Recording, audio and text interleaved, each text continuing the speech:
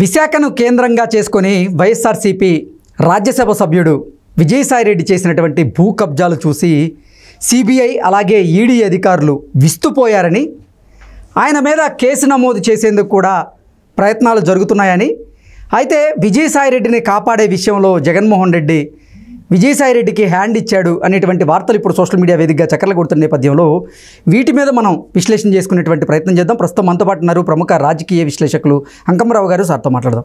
Sir నమస్తే sir. Visakha కేంద్రంగా చేసుకొని విజయసాయిరెడ్డి గారు భారీగా భూ కబ్జాలకు భూ కుంభకోణాలకు పాల్పడ్డారు అని అది తెలుసుకున్నటువంటి సిబిఐ అలాగే ఈడీ అధికారులు అవి చూసిన తర్వాత వాటిలో జరిగినటువంటి అవకతవకలు చూశాక వారు విస్తుపోయారు. విజయసాయిరెడ్డి మీద కేసు నమోదు చేసేందుకు వాళ్ళు సిద్ధమయ్యారని, అయితే విజయసాయిరెడ్డిని కాపాడే విషయంలో జగన్మోహన్ రెడ్డి చేతులు ఎత్తేశాడు అనేటువంటి వార్తలు ఇప్పుడు సోషల్ మీడియా వేదికగా చక్కర్లు కొడుతూ ఉన్నాయి. వీటి మీద మీ విశ్లేషణ ఏంటి సార్?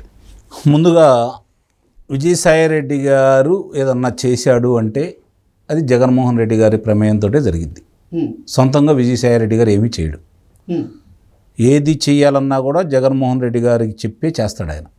అందులో ఎలాంటి సందేహం కూడా ఏం లేదు. విశాఖపట్నంలో మీరు అన్నట్టు చాలా దారుణమైనటువంటి భూ కుంభకోణాలు జరిగినాయి. ఎక్కడికక్కడ అంటే ఎట్లా ఉంటుందంటే వాళ్ళకి ఒక 10 ఎకరాలు స్వాధీనం చేసుకోవాలనుకుంటారు. ఆ 10 ఎకరాల్లో మధ్యలో ఎవరన్నా నీ బోటాడికి నా బోటాడికి 400 గజాల స్థలం ఉన్నా కూడా వాటిని కూడా వదిలిపెట్టకుండా ఆక్రమించేసి దౌర్జన్యంగా వాళ్ళు చేయాల్సినంత చేశారు. దానికి అంటే ఏ స్థాయిలో చేశారు అంటే చాలామందికి తెలియని విషయం ఏంటంటే సార్, ఆ ప్రాంతంలో ఆ ఉత్తరాంధ్రకు సంబంధించి ముఖ్యంగా విశాఖపట్నం ఆ పరిసర ప్రాంతాలకు సంబంధించి మైనింగ్లో చేసిన వాళ్ళు, అంటే వాళ్ళు చేసి పదవి విరమణ చేసిన వాళ్ళు, మరి తహసీల్దార్గా చేసి పదవి విరమణ చేసిన వాళ్ళు, ఇట్లా ఈ రెవెన్యూకి సంబంధించి అంటే కింద స్థాయి అధికారుల దగ్గర నుంచి కూడా అవినీతికి పాల్పడ్డారంట. వాళ్ళనందరినీ కూడా పదవి విరమణ చేసి విశ్రాంతి తీసుకున్న వాళ్ళందరినీ కూడా తీసుకొని వచ్చి వాళ్ళు పదవిలో ఉన్నప్పుడు ఎంతైతే జీతం వస్తుందో దానికి 2 అంతలు ఇచ్చి ఏ విధంగా ఎక్కడ ఎలాంటి ప్రభుత్వ భూములు ఎక్కడ ఉన్నాయి, వివాదాస్పద భూములు ఎక్కడ ఉన్నాయి, ఇలా రకరకాలుగా వాళ్ళకు ఉన్నటువంటి వాళ్ళ దగ్గర ఉన్న సమాచారాన్ని సేకరించుకొని దాన్ని ఎలా స్వాధీనం చేసుకోవాలని చెప్పని విశృంఖలంగా చేసినటువంటి కార్యక్రమం విశాఖపట్నం పరిసర ప్రాంతాల్లో వాళ్ళు చేసిన సామాన్యమైనది కాదు. ఇప్పుడు మీరు అన్నారు జగన్మోహన్ రెడ్డి గారు చేతులు ఎత్తేసారని. జగన్మోహన్ రెడ్డి గారు చేతులు ఎత్తే జగన్మోహన్ రెడ్డి గారు 2వ నిమిషంలో కారాగారంలో ఉంటారు. విజయసాయిరెడ్డి గారి మీద ఏగవాలకుండా చూసుకోవాల్సిన బాధ్యత జగన్మోహన్ రెడ్డి గారిది. తన గురించి తను చూసుకుంటాడో లేదో తెలియదు, కానీ జగన్మోహన్ రెడ్డి గారు విజయసాయిరెడ్డి గారిని చాలా బాగా ఢిల్లీ కేంద్రంగా అసలు విజయసాయిరెడ్డి లాబింగ్ చేస్తారు. ఇప్పటి వరకు అక్రమాస్తుల కేసులో జగన్మోహన్ రెడ్డి ఇంకా బెయిల్ మీద బయట ఉన్నాడంటే దానికి కారణం కూడా విజయసాయిరెడ్డి అనేటువంటి వార్తలు కూడా గతంలో మనం చూసాం. వాస్తవమే కదా అది. అదే నేను చెప్పేది, ఏ మాత్రం ఆయన ఇబ్బంది పెడితే ఈ అక్రమంగా సంపాదించినటువంటిది క్రిట్ఫోకు సంబంధించిన ఇవన్నీ కూడా విజయసాయిరెడ్డి గారి దాకా బయటకు వస్తాయి. కాబట్టి నాకు తెలిసినంతవరకు విజయసాయిరెడ్డి గారి మీద చర్యలను ఉపక్రమించే అవకాశం లేకుండా ముందుగానే ప్రబంధకాలు సృష్టించే విషయంలో జగన్మోహన్ రెడ్డి గారు తనకున్న అవకాశాలన్నీ వినియోగించుకుంటాడు. కాబట్టి విజయసాయిరెడ్డి గారు అక్కడ భూ ఆక్రమణ చేసింది వాస్తవం, అందుట్లో ఎలాంటి సందేహం కూడా ఏం లేదు. అలాగే పోర్టుల నుంచి విదేశాల నుంచి వచ్చిన డ్రగ్స్ కావచ్చు, లేదా పోర్టుల నుంచి వీళ్ళ దగ్గర వీళ్ళు సంపాదించిన ధనాన్ని విదేశాలకు తరలించే విషయంలో కావచ్చు, లేదంటే విమానాశ్రయంలో ప్రత్యేకంగా విమానంలో వాళ్ళ అల్లుడు బంధువులు వాళ్ళు ఏ విధంగా తరలించిన విధానం కావచ్చు, అక్కడ చేసినవన్నీ కూడా వరుసగా ఒక్కొక్కటి బయటకు వస్తాయి. ఎగ్జాక్ట్లీ.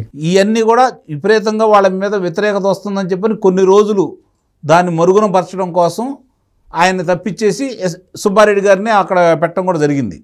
ఏది చేసినా కూడా జగన్మోహన్ రెడ్డి గారి అనుమతితోటి జగన్మోహన్ రెడ్డి గారు అక్కడ వచ్చే రూపాయలు 10 పైసలు 15 పైసలు విజయసాయిరెడ్డి గారికి ఇచ్చేసి మిగిలిన ఆయనే తీసుకుంటాడు.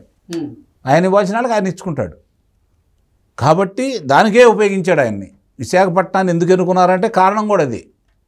వీళ్ళందరినీ విశ్రాంతి అధికారులందరినీ తీసుకొచ్చేసి వాళ్ళలో ఉన్నటువంటి వాళ్ళకి తెలిసినంత వరకు ఎక్కడెక్కడ వివాదాస్పద భూములు ఉన్నాయి అన్నీ ఉంటాయి కదా, వాటన్నిటిని బయటికి లాగేసి వాటిని స్వాధీనం చేసుకున్నారు వీళ్ళు. రేపు పొద్దున ఈ ప్రభుత్వం వాటినన్నిటిని విడిపించేసి నిజమైన లబ్ధిదారులకు అందజేయాలి. ఏదైనా వివాదాలు ఉంటే సరిచేయాలి. అప్పుడు ఇవన్నీ బయటకు వస్తాయి, అసలు ఎవరు చేశారు ఏంటి ఎట్లా ఏంటి అనేది. అసలు విజయసాయి రెడ్డి చేసినటువంటి ఈ భూ కబ్జా కేసుల్లో ఇప్పుడు సిబిఐ అలాగే ఈడీ కూడా ఎంటర్ అయ్యింది. ఇక వాళ్ళు అరెస్ట్ చేసేందుకు కూడా రంగం సిద్ధమైంది అనేటువంటి వార్తలు కూడా వస్తూ ఉన్నాయి. దాటిని ఎలా చూడాలి? అంటే ఇంకా ఆ స్థాయికి వెళ్ళలేదు, ముందు వీళ్ళు ఇక్కడ చేయాలి కదా.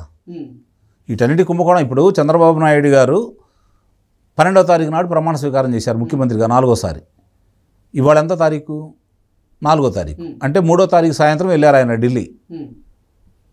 అంటే 21 రోజు ఇక్కడే ఉన్నారు. ప్రధానమంత్రి గారి దగ్గరికి ముందెళ్ళి కలిశారు మిగిలిన వాళ్ళు ఎవరన్నా ఉంటే. ఈయన ఎందుకు వెళ్ళలేదు? ఇక్కడ జరిగిన కుంభకోణాలకు సంబంధించిన అన్నీ చిట్టా పట్టుకొని వెళ్ళాడు ఈరోజు. ఓకే, ఆయన దగ్గర ఉన్న సమాచారాన్ని మొత్తాన్ని పొందుపరుచుకొని అవన్నీ ఢిల్లీ పెద్దలకు చెప్పి ఆంధ్ర రాష్ట్రానికి ఏమేం చేయాలో, ఎవరెవరిని ఎలా అదుపులో తీసుకోవాలో వివరంగా వాళ్ళతో మాట్లాడతాడు. ఇప్పటికే కేంద్రానికి సంబంధించినంత వరకు. ఓకే, ఇప్పటికే ఆంధ్రప్రదేశ్లో కూటమి ప్రభుత్వం కొలువుదీరిన తర్వాత గత పాలకులు చేసినటువంటి అవినీతి ఏదైతే ఉన్నాయో అన్ని శాఖల వారీగా ఒక్కొక్కటిగా బయటకు వస్తున్నాయి. జగన్మోహన్ రెడ్డి క్యాబినెట్లో మంత్రులుగా పనిచేసిన వాళ్ళు చేసినటువంటి అవినీతి, అంటే రోజా గారేమో ఆడదాం ఆంధ్ర పేరుతో 100 కోట్ల రూపాయల అవినీతికి పాల్పడ్డారన్నట్లుగా. నెక్స్ట్ అలా ఒక్కొక్కరు మంత్రులు అవినీతికి పాల్పడ్డాయి అన్నీ కూడా ఒక్కొక్కటిగా బయటకు వస్తున్నటువంటి నేపథ్యంలో ఏంటి సార్ వాళ్ళ పరిస్థితి ఎలా ఉండబోతుంది? మరో జన్మంటూ ఉంటే, వాళ్ళకి 80 సంవత్సరాల వయసు ఉంటే, చిన్నపిల్లలు నెట్టు తీసుకోరు కదా. 18 సంవత్సరాలు దాటిన తర్వాత మిగిలిన 62 సంవత్సరాలు కూడా కారాగారంలో సరిపోనని అక్రమాలు చేశారు వీళ్ళు. పెద్దిరెడ్డి రామచంద్రారెడ్డి ఇటు ఇసుక మాఫియాలో, అలా మైనింగ్, ఇటు మద్యం. ఇప్పుడు పెద్దిరెడ్డి రామచంద్రారెడ్డి గారే కాదు, ద్వారంపూడి చంద్రశేఖర్ రెడ్డి గారు శాసనసభ్యులు కావచ్చు, మరి పిన్నెల్లి రామకృష్ణారెడ్డి గారు శాసనసభ్యులు కావచ్చు, ఇలాంటి వాళ్ళందరూ కూడా బయటికి తీసుకొస్తూ ఉంటే మంత్రులు అనే వాళ్ళు మొత్తం కారాగార వాసం అనేది తప్పదు. ఎందుకంటే పాపం వాళ్ళు చేసింది వాళ్ళని పాపమనే అనాలి. ఎందుకంటే వాళ్ళ ప్రమేయం తక్కువ దీంట్లో. వాళ్ళు ఎక్కడ సంతకాలు పెట్టమంటే సంతకాలకు మాత్రమే వాళ్ళు మంత్రులు అయ్యారు. వాళ్ళు కీలుబొమ్మలే అంటారు అంతే. మిగిలినవన్నీ ఏం చేయాలనేది నిర్ణయం తీసుకొని దాన్ని అమలు చేసింది వీళ్ళు. సంతకాలు మాత్రమే వాళ్ళు పెట్టారు. ఓకే, మరి ఇప్పుడు వాళ్ళు ఇరుక్కునే అవకాశం ఉంది కదా. తప్పదు కదా.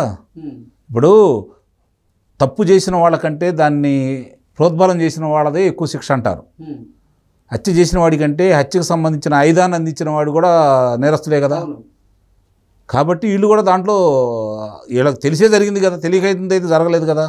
ఒకటి జరగకపోవచ్చు, పెట్టే ముందు ఆలోచించుకోవాల్సి, ఒకటి జరగకపోవచ్చు, ఒకటి తెలియకపోవచ్చు, 2 తెలియకపోవచ్చు. జరుగుతున్న కుంభకోణాలన్నీ తెలిసిన తర్వాత తన ఇంటికి ఎంత రావాలో అంత వస్తున్న తర్వాత ఎక్కడి నుంచి వస్తుందో తెలీదా, ఎవరు పంపిస్తున్నారో తెలీదా? ఇవన్నీ వాళ్ళకి తెలిసే జరిగినాయి. ఎందుట్లో అనుమానం ఏముంది? తెలియకుండా ఒక్కళ్ళకి జరిగిందని చెప్పడానికి ఏం లేదు కదా, తప్పించుకోవడానికి వీలేం లేదు కదా. శాఖాపరమైనటువంటి సంతకాలు పెట్టారు కదా, మరి వాటన్నిటికీ ఈరోజు బాధ్యులు వాళ్ళే అవుతారు కదా. అతను తప్పించుకుంటాడు జగన్మోహన్ రెడ్డి గారు, ఎందుకంటే ఆయన సంతకం పెట్టలేదు కాబట్టి. బాధ్యులు వీళ్ళే అవుతారు కదా. రేపు పొద్దున కృష్ణ గారు చెప్పాడు నేను సంతకం పెట్టానంటే కుదరదుగా.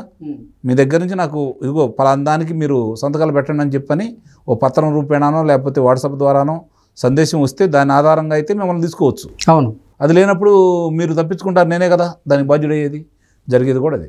ఇప్పుడు విజయసాయి రెడ్డి పరిస్థితి ఏంటి సార్? ఏమి లేదు, అతను జగన్మోహన్ రెడ్డి గారు తనను కాపాడుకుంటాడో లేదో తెలియదు కానీ విజయసాయి రెడ్డి గారిని కాపాడటం కోసం మాత్రం ఆయన ముందుంటాడు.